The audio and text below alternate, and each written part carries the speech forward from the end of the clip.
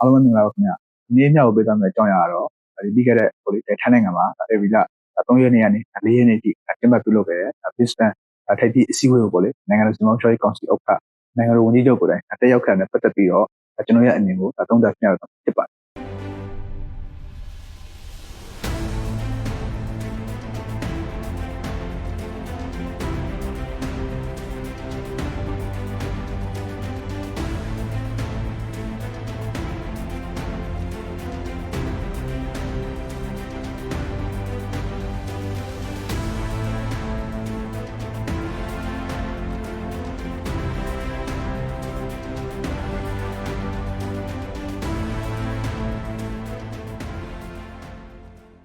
ဒါမှမပြောခင်မှာအဖွဲ့အစည်းဆိုတာပါလဲ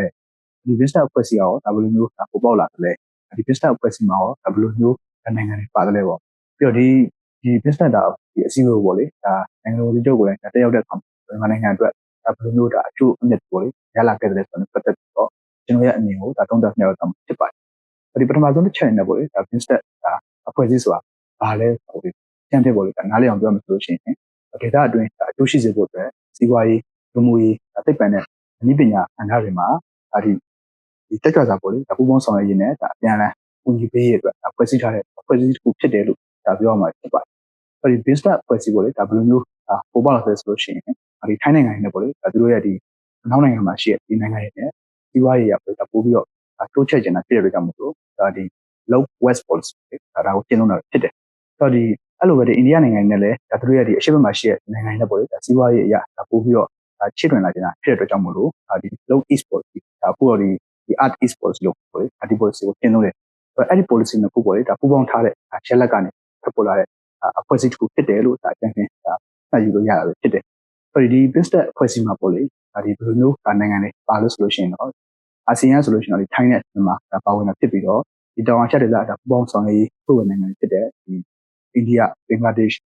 နီပေါဒါဘူတန်နဲ့ဒါဒီလင်္ကာနိုင်ငံတို့ဒါပါဝင်တာဖြစ်ပါတယ်ဒါကိုကြည့်မယ်ဆိုလို့ရှိရင်ဒီ business ဒါဒီစီဝေးဆိုတာကဒီရှစ်တောင်အာရှတဲ့တောင်အာရှဒေသကိုပေါ့လေဒါပူးပေါင်းဆောင်ရွက်ဖို့အတွက်ဒါဒီပေါင်းကူးပေးတဲ့အဖွဲ့အစည်းတစ်ခုဖြစ်တယ်လို့ဒါပြောရမှာဖြစ်ဒီ business အဖွဲ့အစည်းကိုလေဒါစပြီးတော့ဒါဖွဲ့စည်းတဲ့အခါမှာတော့မြန်မာနိုင်ငံနဲ့ပေါ့လေဒါဒီ business အဖွဲ့အစည်းပေါ်မှာဒါတွေလိလာဆောင်ကြည့်တဲ့သူဖြစ်နိုင်ငံဖြစ်နေပေါ့လေဒါပါဝင်နေတာဖြစ်ပါတယ်ဆိုတော့ဒါမှလည်းဒီ1998ခုနှစ်ဒါဒီဇင်ဘာလဒါ22ရက်နေ့မှာတော့မြန်မာနိုင်ငံကဒီနောက်အာရှနိုင်ငံတွေနဲ့ရှစ်တောင်အာရှနိုင်ငံတွေကြားမှာဒါပထဝီနိုင်ငံရေးအရာဒီမဟာဗျူဟာမြောက်တည်ရှိနေတာဖြစ်သလိုဒါဒီဒေသတွေရဲ့ပေါင်းစည်းမှုဗဟိုချက်မှာဒါတည်ရှိနေတာဖြစ်တဲ့အတွက်ကြောင့်မို့လို့ဒါဒီ business အဖွဲ့အစည်းရဲ့ဖွဲ့ဝင်နိုင်ငံဖြစ်နေပါဝင်ခဲ့တာဖြစ်ပါတယ်မြန်မာနိုင်ငံအနေနဲ့ဒီ business အဖွဲ့အစည်းမှာပေါ့လေတရားဆက်သွင်းတဲ့ဆန္ဒရေးကပုံရေးဥဆောင်နိုင်ငံဖြစ်နေပေါ့လေဒါတာဝန်ကျဖြစ်ပါတယ်ဆိုတော့ဒီမြန်မာနိုင်ငံရဲ့ဒါ indigenous နိုင်ငံတွေဒါဖြစ်တဲ့ဒါဒီဘင်္ဂလားဒေ့ရှ်ဒါထိုင်းနဲ့ဒါအိန္ဒိယရဲ့လည်းဒီ business အဖွဲ့အစည်းမှာပေါ့လေဒါပါဝင်နေဖြစ်ပါတယ်ဆိုတော့ဒါကြောင့်မို့လို့ဒါမြန်မာနိုင်ငံအနေနဲ့ဒါဒီစက်တက်မှာဖြစ်ပွားနေတယ်ပေါ့လေလက်နက်ကပြည်ပခါတွေနဲ့ဒါဒီမျိုးစေဝါမှောင်ခိုမှုတွေကိုဒါနင်းနှင်းဖို့အတွက်ဒါအခွင့်အရေးတွေဒါရှိလာနေပြီလို့ဒါပြောရမှာဖြစ်ပါတယ်ဆိုတော့ဒီ business အဖွဲ့အစည်းရဲ့ဒါထူးခြားချက်ကတော့ဒီအခြားအဖွဲ့အစည်းတွေနဲ့မတူဘဲနေထိုင်မှုပုံစံ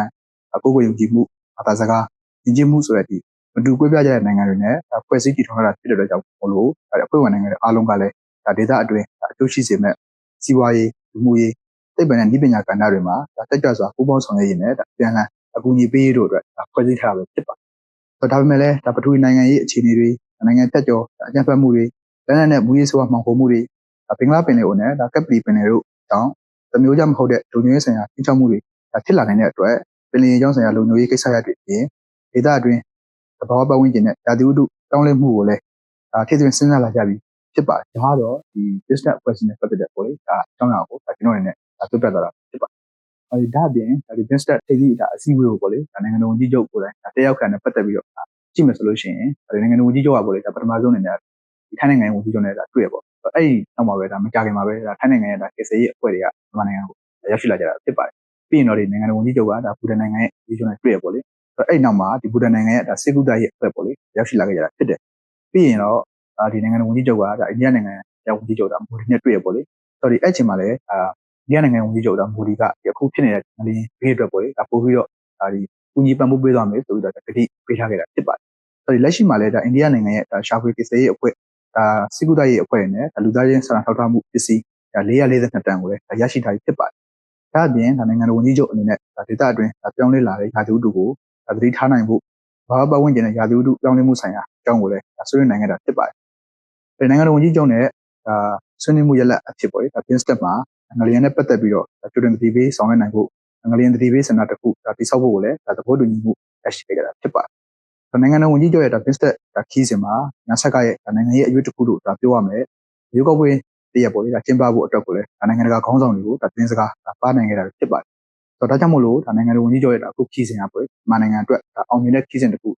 ဖြစ်တယ်လို့ပြောရမှာဖြစ်တယ်။ဒီနောက်ဆုံးပြောချင်တာကတော့ဒီလက်ရှိကမ္ဘာအခင်းကျင်းပေါ့လေဧကဝင်ရုပ်ကမ္ဘာနေပြီးတော့ဗဟုဝင်ရုပ်ကမ္ဘာအခင်းကျင်းကိုပြောင်းလဲလာပြီလို့ပြောရမှာဖြစ်ပါတယ်။အဲ့လိုဒီပြောင်းလဲလာတဲ့အတူဒီ geopolitical ပေါ့လေဒီပထဝီနိုင်ငံကြီးအရာဒီကမ္ဘာနိုင်ငံအသီးသီးကလည်းသူတို့နိုင်ငံရဲ့ပထဝီကျင်းပေါ့လေဆက်ဆက်နေတဲ့